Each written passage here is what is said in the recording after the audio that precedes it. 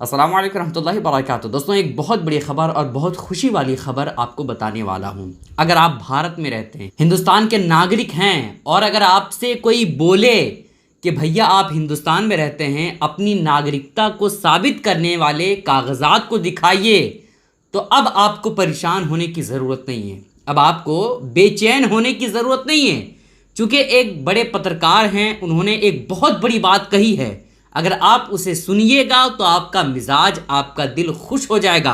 क्योंकि दोस्तों, हमने पिछले 3-4 सालों में बहुत सारे लोगों को देखा कि आसाम में हो गया या इस तरह के दूसरे स्टेट में बहुत सारे लोगों को एक जगह में रख दिया गया जो अपनी नागरिकता को साबित नहीं कर पाए, उसके घर बार को सब सील कर दिया गया।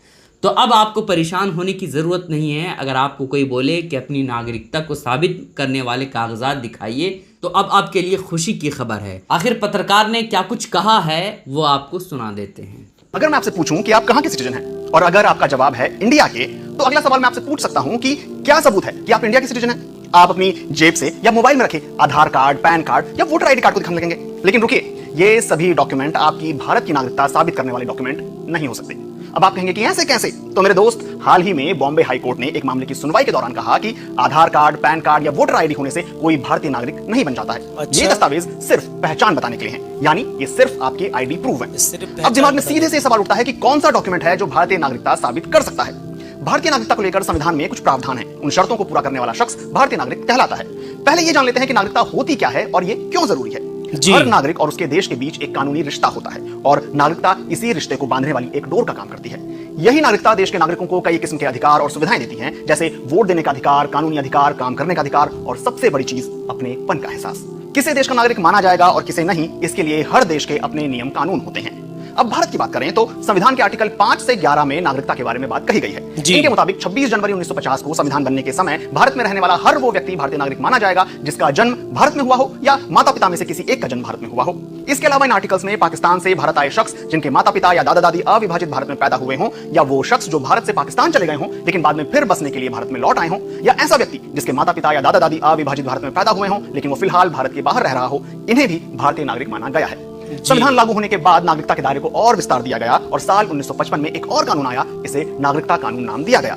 इसमें भारतीय नागरिकता हासिल करने और खत्म करने के बारे में बताया गया। इस कानून में 5 स्थितियों में भारतीय नागरिकता मिलने की बात कही गई है।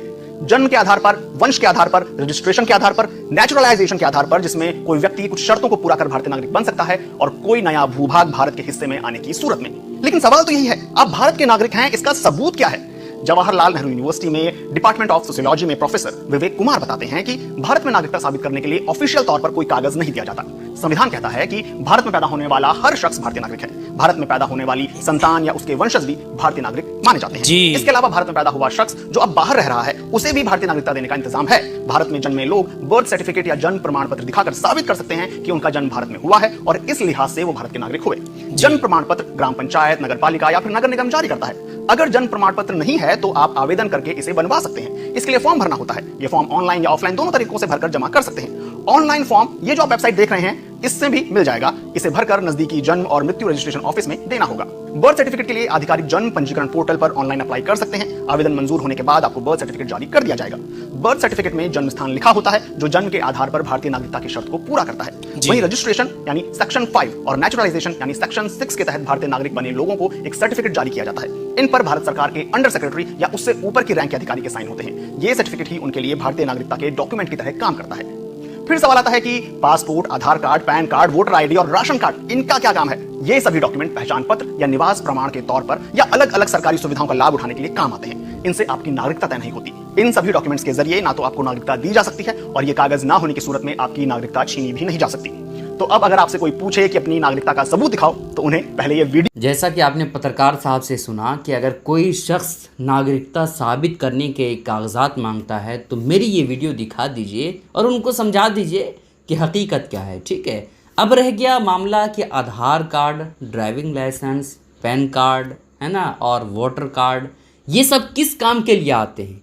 तो जैसा कि पत्रकार ने बताया कि ये सब सरकारी योजनाओं का लाभ उठाने के लिए या पर्सनल चीज़ों को लाभ उठाने के लिए अपना प्रूफ दे सकते हैं कि हम यहाँ पर रहते हैं, इसका प्रूफ ये है। बस ये Aadhaar card, PAN card, voter ID card, बस यही तक काम देगा।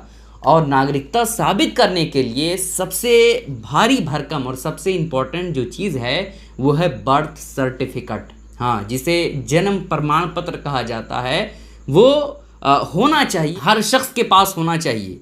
पहले के ज़माने में औरतें है ना घर में ही बच्चे को जन्म दे देती थी आसानी के साथ, नॉर्मल के साथ, तो उसका जन्म प्रमाण पत्र बनता नहीं था। लेकिन अभी क्या है, सरकारी हॉस्पिटल है या इसी तरह से आप कोई भी हॉस्पिटल में अगर बच्चे की पैदाइश आपकी होती है तो ऐसी कैफियत में वहाँ इंतज़ाम होता है। लेकिन अगर आपके बच्चों का, आपकी बहनों का नहीं बन पाया है तो हर हाल में बर्थ सर्टिफिकेट, जिसे जन्म प्रमाण पत्र कहा जाता है, उसे आप ज़रूर बनाएं। ये बहुत ख़ास है, हिंदुस्तान की नागरिकता को साबित करने के लिए एक बहुत अच्छी और बहुत कीमती चीज़ है। तो अगर आप पासपोर्ट बना सकते हैं तो बना लें, चूँकि नागरिकता साबित करने की जब बात आएगी ना तो ये सब कागजात आपके पास होंगे तो किसी भी तरह से कोई दिक्कत नहीं आपको होगी। ठीक है, खैर आप इन बातों का ख्याल ज़रूर रखिएगा और इस क्लिप को शेयर ज़रूर कीजिएगा दोस्तों, ताकि हर मुसलमान को ये सब बातें मालूम हो जाए और वक्त से पहले पहले अपना इंतज़ाम कर सके। अस्सलाम वालेकुम रहमतुल्लाहि व बरकातहू।